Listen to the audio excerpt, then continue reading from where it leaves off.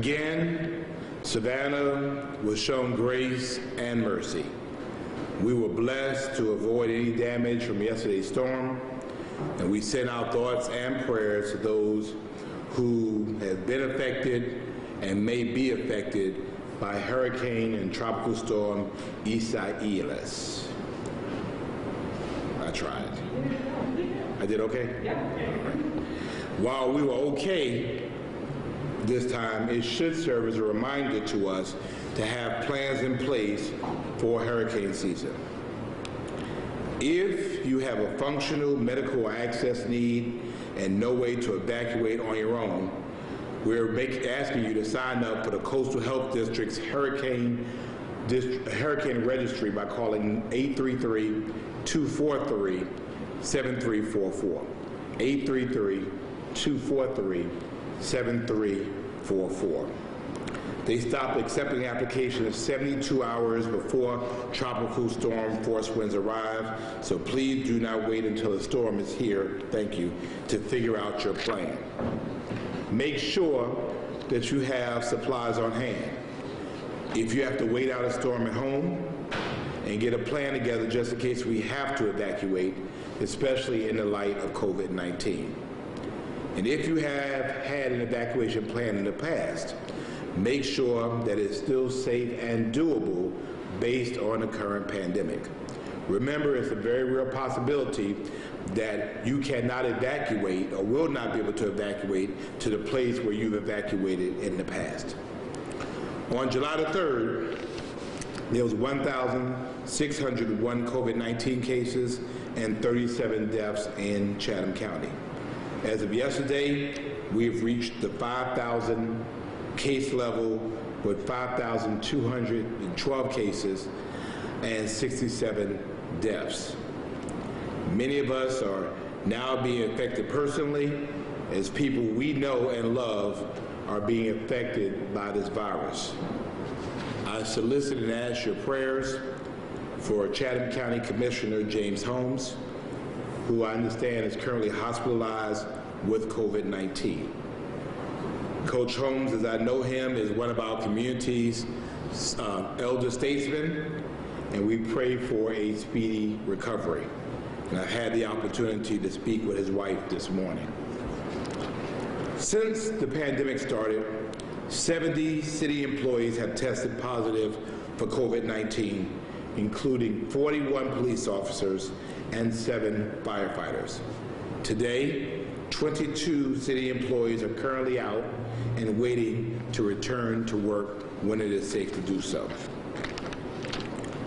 I want to again thank Bishop Matthew Odom and the Temple of Glory Community Church for hosting our COVID testing last week in partnership with New York State. Due to the threat of the approaching storm last week, we canceled our Saturday and Sunday testing sessions so that our healthcare heroes from New York could safely return home in front of the storm. In the 8 days of the abbreviated 10-day operation between the two churches, Kingdom Life and the Temple of Glory, we tested 1,588 people. 162 people tested positive, 1,416 testing negative, which results in a 10.2% positivity rate. By zip code, double-digit positives were captured in the 31419, 31406, 31404, and 31405 zip codes. Remember, the zip codes reflect the residence of the infected person and not necessarily where they were infected. We thank Governor Cuomo's team, Somos Community Care, and Northwell Health for spending almost 2 weeks in Savannah and for their great care of our citizens. We ask that you continue to keep your distance from others, wash your hands, and wear a mask. While Governor Kemp has extended his public health state of emergency, the rules in Savannah remain the same. You must wear a mask in our city. I was out and about this weekend, and I saw too many masks in hands and pockets, and not on faces, noses, and mouths. And I've expressed to the city manager and the police chief that we expect enforcement to occur, and if citations are the result, so be it. This is not life as usual, and we must take this virus seriously. The incidences in our state are alarming and concerning, whether it is a YMCA camp in North Georgia, or the Gwinnett County school system, or the young man who tragically lost both of his parents within 1 week, all this in Georgia. We cannot afford to not take COVID-19 seriously. I also want to thank Chatham County Commission Chairman Al Scott for mandating masks across Chatham County. Hopefully, this leads to less confusion for residents and visitors and helps us to flatten the curve. Last week, I named the Housing Savannah Task Force, which is charged with providing the City Council with an affordable housing plan to adopt and to finally make Savannah affordable for Savannians. Now, there appears to be some confusion regarding the process of setting the city's millage rate, and this confusion was revealed during last week's council meeting and has extended to social media. This is an annual exercise of the City Council, one that I have been a part of for now 17 years. And admittedly, state law makes it complicated. So I'm going to attempt to explain the process and explain where we stand at this point. Each year, there are two types of value increases made to a county's tax digest. Increases due to inflation and increases due to new or improved properties. Georgia law requires that a rollback rate must be computed that will produce the same total revenue on a current year's new digest than last year's millage rate, which would have produced had no reassessments occurred. Follow me. So due to local value increases, the council has two options. One, we can maintain the current millage rate, which is 12.856 mils. This is the same rate that everyone is paying right now. But the state defines it as a tax increase. It's the same rate, but the state says it's an increase, which is not, but okay, that's what they say. Or two, the council could adopt the rollback rate of 12.739, which is a difference of 0.117 mils, or what is considered a 0.992% tax increase. So you have the current millage rate, and then you have the rollback rate, which by law is considered a tax increase, although it doesn't raise taxes at all because you're still at the same rate. Does that make sense to you? I mean, it is very confusing.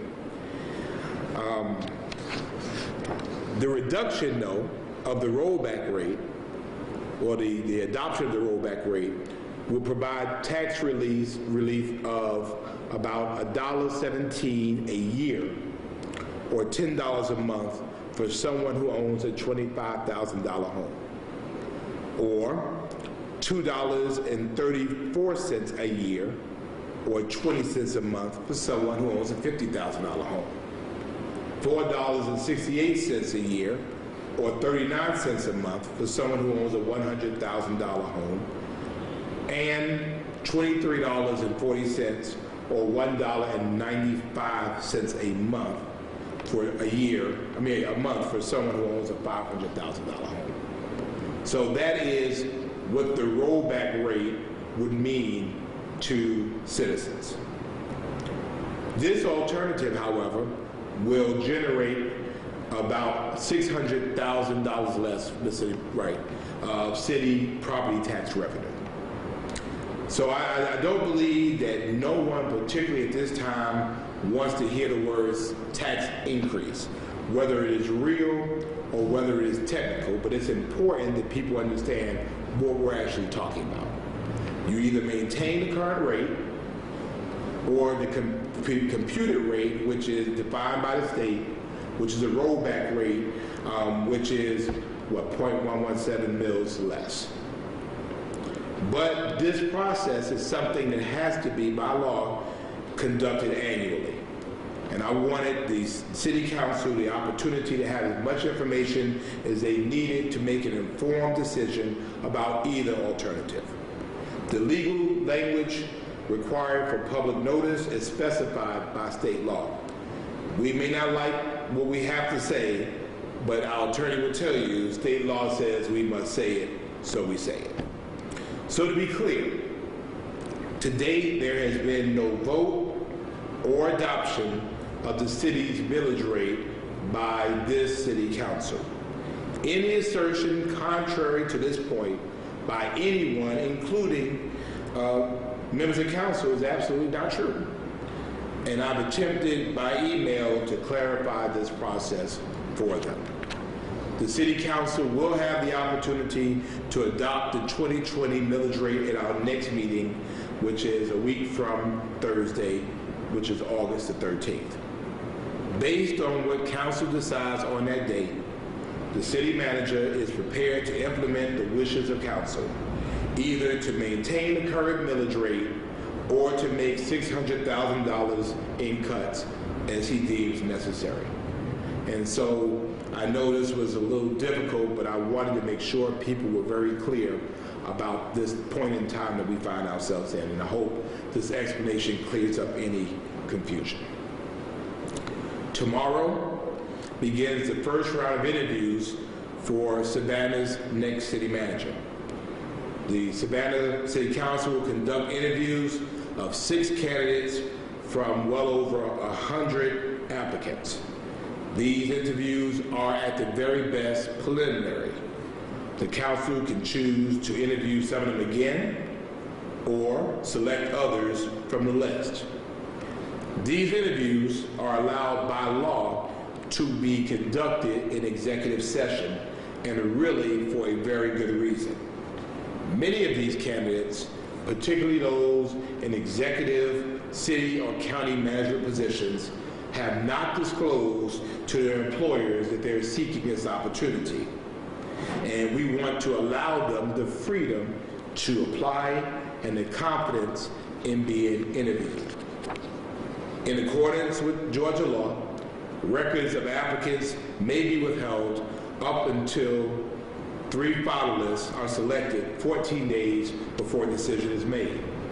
Names and application records of as many as 3 finalists must be made available upon request unless the applicant is no longer seeking the position. This is the law. The finalists will be informed that their names will be made public so they may inform their current employers. At the point that finalists are selected, I have committed to a transparent, open, public engagement process that involves a cross-section of our community. In my mind, a major test of the finalist and ultimately the successful candidate will be the ability to withstand and handle public review, public examination, and public scrutiny. While we recognize that the selection of Savannah's next city manager is a council decision, we fully recognize and embrace that the selection of Savannah's next city manager must be and will be a public process, and the public will be invited to participate. And for whatever reason, the rest of my notes are not here, and so I guess I will leave it at that. Yeah, I'm missing a couple of pages. So until I can get the rest of my pages, this pauses my prepared comments at this time, and I'll entertain any questions.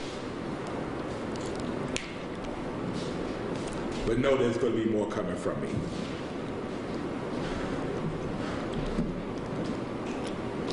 Commission, I got Good morning, ma'am. How are you? Good, how are you? Good. My question for you this morning, could you just elaborate a little bit on Chairman Alstott putting that mandatory masks in place for the entire county, and really, I mean, what this could mean for our entire area now? Well, I mean, I hope that it would mean consistency. This is nothing that is new or novel in Georgia now. We have counties in the North Atlanta area that have mandated in the county. I mean, obviously, it's easier if everybody's following the same set of rules.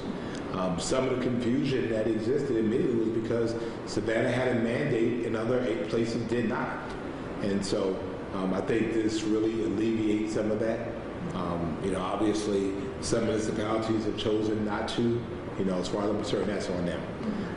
I think that people that need a rule, need that mandate, businesses who need that covering of a mandate, will find that to be helpful to them as we get through this time. And this might be more of a question for Chairman Scott, but I know for a little while he didn't want to put anything in place because he didn't want to overstep the governor's orders. Do you know what it was that made him say, okay, we have to do this now? I'm not sure, but I think it became increasingly clear to the chairman of where our community was. Our numbers are skyrocketing.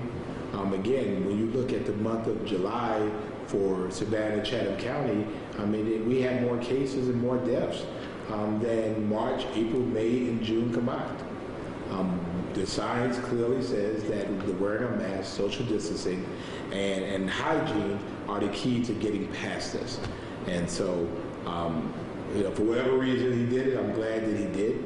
And we certainly had the opportunity, once he contacted me and our teams met and discussed it, that we were on the same page. Good morning, Mr. Mayor. Good morning, ma'am.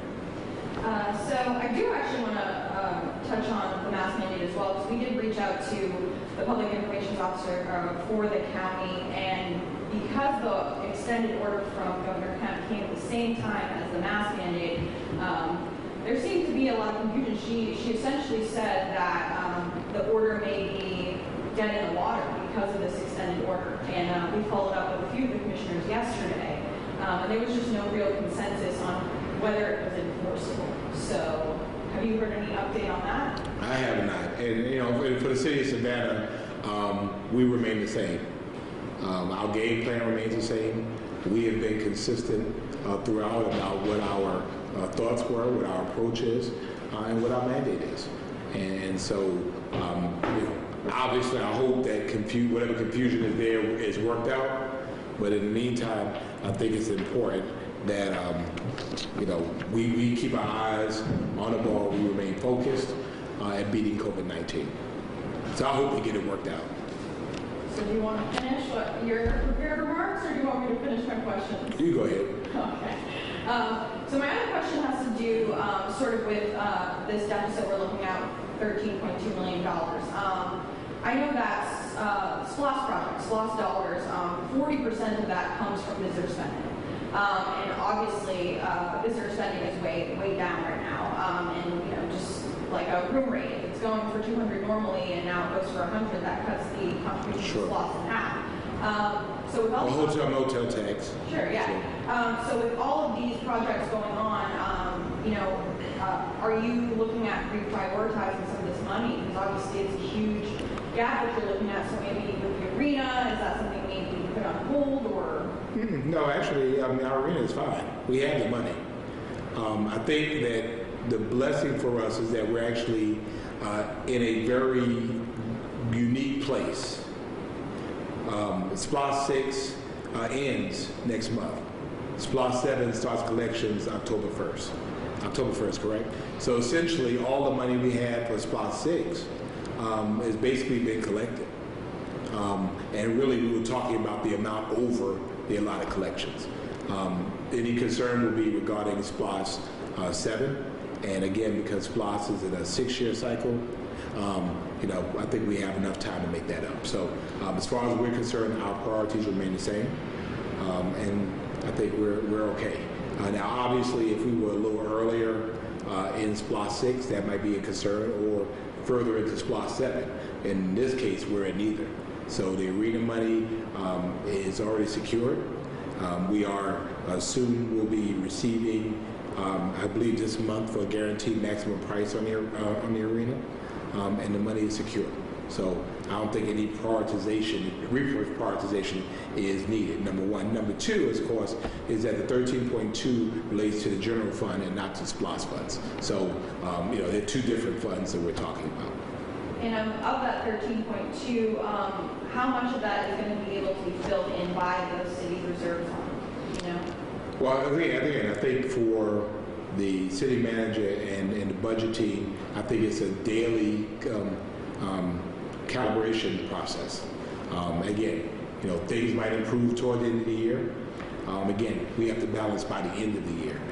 So I think they're looking at it daily. They're updating us on it regularly.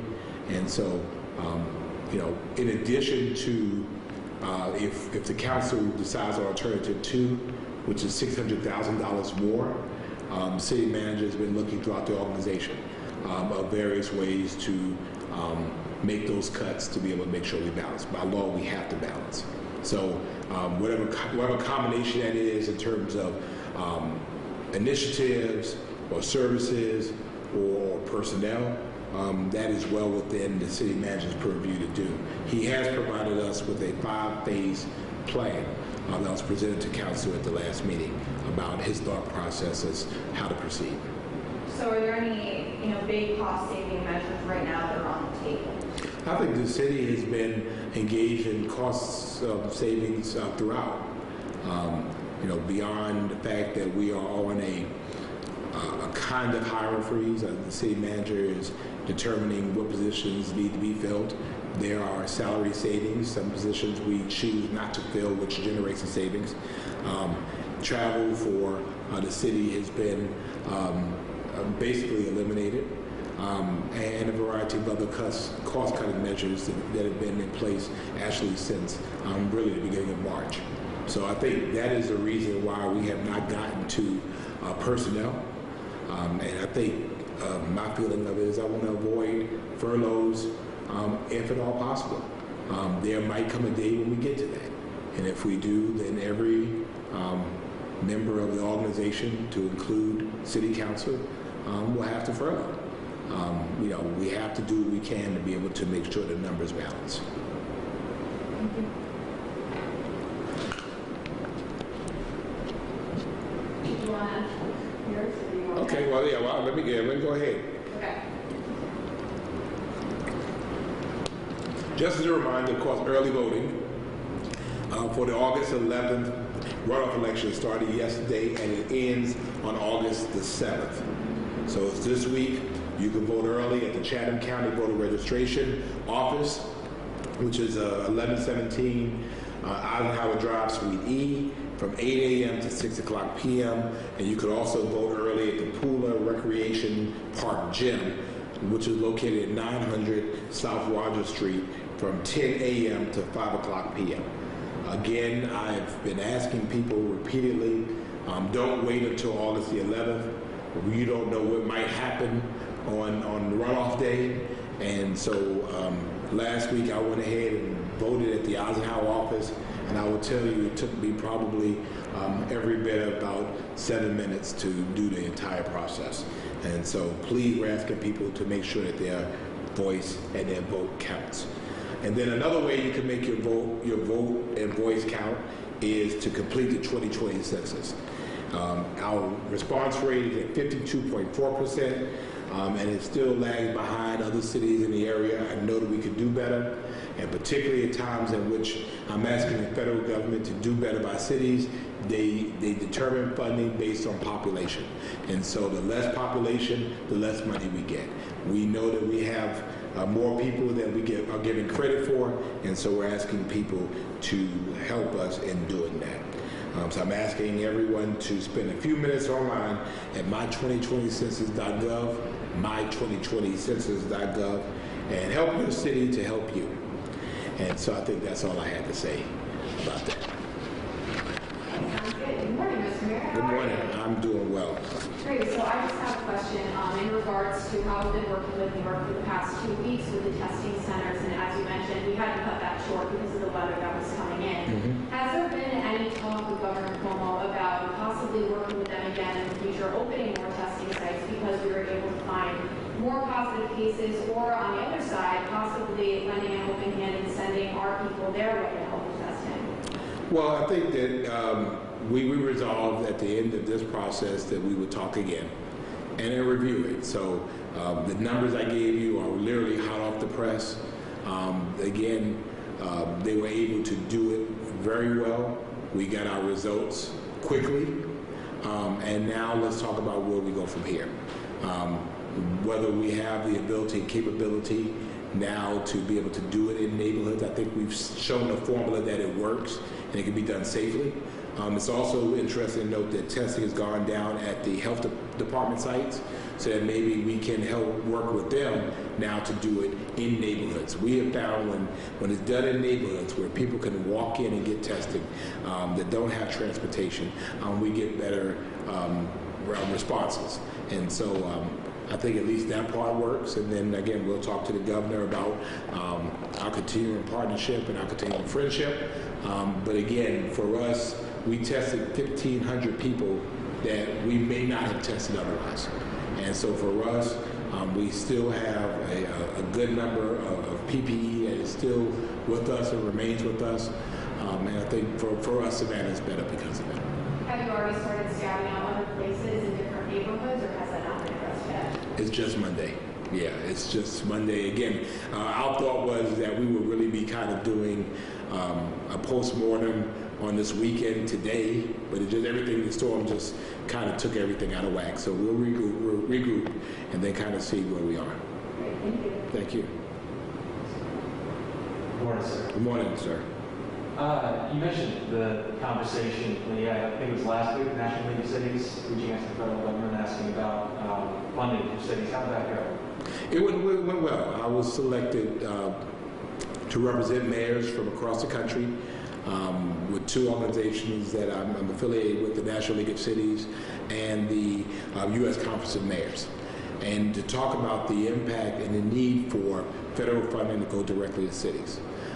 We recognize that there are opportunities and there are some advantages for funds going directly to cities. The city of Savannah has shown the ability and propensity to properly handle federal funding. Obviously, we know where that money goes. To that end, we've received some opportunities through the state for the CARES Act funding. And so we're working to determine how that will work. Obviously for us, we really want to be people focused. We want to be able to help people in a very real way. So I think it went well. I think that we're making our voices heard on a national level.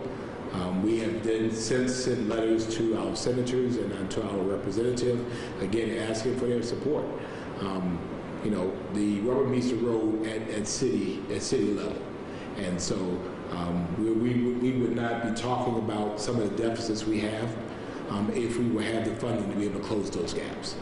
So any money we receive, and particularly directly, helps us. So. To the point of enforcement for the mask order here in Savannah, the deputized city marshals, have they issued any citations to individuals or businesses that you know of? I'm not familiar as of yet. Okay. I expect that will happen. Okay. Have you heard of any businesses having any issues? I know we ask you this just about every week, but you know, folks having to call law enforcement because of folks, you know, customers not wanting to cooperate, or on the other side, businesses not doing what they're supposed to and being considered a nuisance. I saw several of them. Again, I spent time on River Street and spent time in the city market with my mask and my hat on, and you know, it was wild. It was a wild time downtown, and many people, I'm seeing them and they're just walking around and the mask is in their hand. And if a business required them, they put them on. Otherwise, they were off. And I think that is what the issue is. And so I'll be making some phone calls to some local businesses today with what I observed personally And again, what my concern is. I mean, I know that there is a need for people to say, I need to generate the income. But that's really short term. For us, we're really talking about the long-term viability of businesses and a community. Again, we do not want to get to places like places are across the country that are shutting down or rolling back. We don't want to get to that point. And, you know, admittedly, I've even been to some events where I did not see as many masks as I felt I should have seen. And so, again, this creates opportunities to have these conversations. You know, do we want to survive for the short term, or do we want to survive for all term? And I think that's the decision that we have to be able to make. And we know that masks allow that freedom for us to be able to earn the money that we need to keep our businesses vital and keep them thriving. But on the other end, it allows people to be safe at the same time, to include customers, to include employees. I know you mentioned, I think it was last week, that it seemed visitors were the ones that weren't masking up, that it seemed locals were getting the idea, but again, the folks coming into Savannah weren't. So what have the conversations been like with tourism-based industry to make sure that that message is getting across that? Well, I think the message is very clear. If we don't get better, we all suffer. And to be honest with you, again, this weekend, I saw a mixture of both. I saw people I knew and recognized. And then again, you know, they weren't necessarily engaged in eating, weren't necessarily engaged in drinking or smoking or running, but did not have a mask on. And again, you know, events that I've attended over the last week or so, you know, just disappointed not to see people in masks. Again, we recognize people are human, things happen, people forget. Okay, well, do better, put it on and go about your way. But what I just really saw, I saw just people walking around just kind of like this, or it's in their back pocket. And again, you know, for us, this time is too critical, too important for us not to continue to emphasize how important masks are. Thank you. Thank you.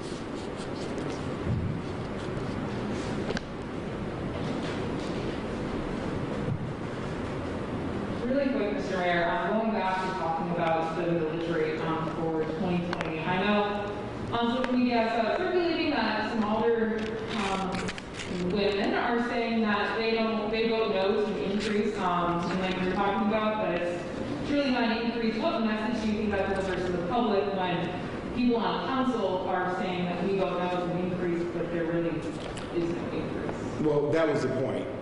The point was, and I would prefer to think that it was just that they did not know, that they did not need to intentionally mislead the public.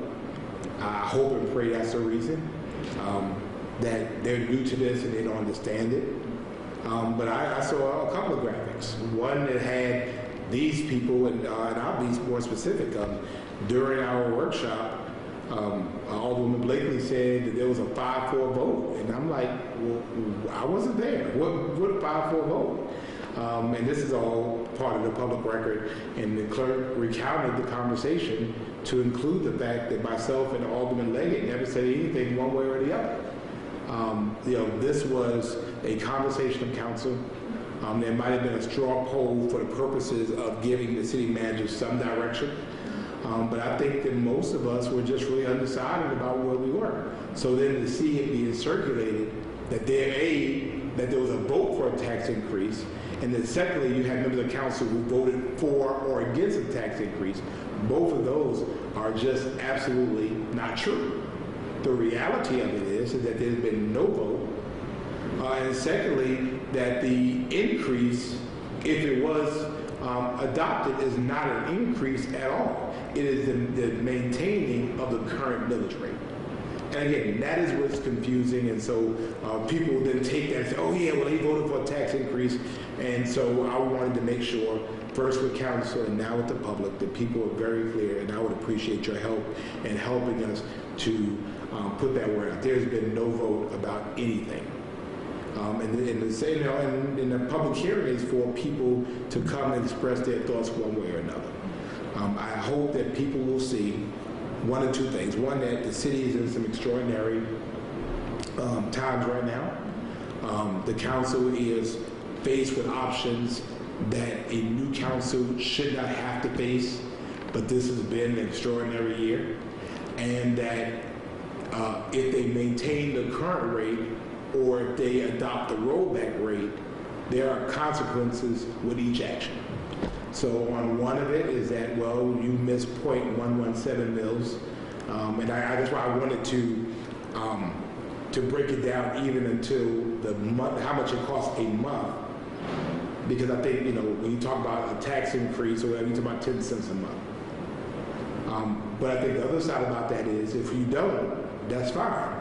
If the council chooses to go that way, the city manager then has to be able to make those cuts. And the way our government is set up is that we don't decide who cuts are made. We tell the city manager that we're adopting a rollback rate, and he has to make those necessary cuts.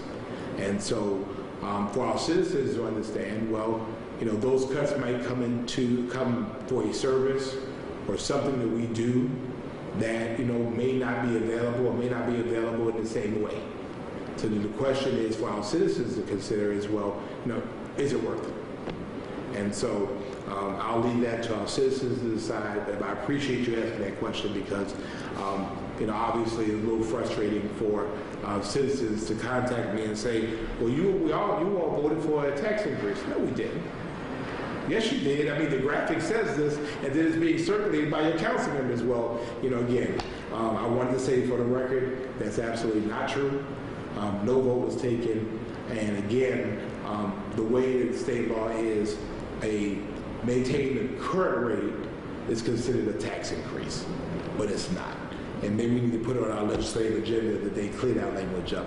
Because when people hear tax increase, well, how are you raising my taxes? No, nothing would actually change. As a matter of fact, for some people, their taxes might actually go down if you maintain the current rate because of valuation.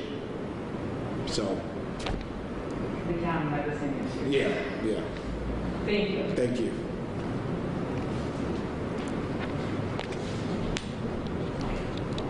Anything else? You have another question? No? Okay. Well, we appreciate you all. And as I always say, we're still here. We're still fighting the good fight. We're still keeping our hand to the plow. We're still remaining focused at the issue at hand. We're doing our best to remain focused on the enemy. And the enemy is COVID-19. The enemy is not each other. And so I want us to remain focused on that, to remain focused that the only way we get through that is to get through it together. And it's important for us to make sure that the best information comes out and make sure that we communicate very clearly and concisely about what our current situations are, and that's why I hope you will forgive me for really getting too deep in some weeds today, but I felt that getting into the weeds was necessary so people are clear about our situation. So, as I always say, may God bless you all, and may God continue to bless the city of Savannah. Thank you.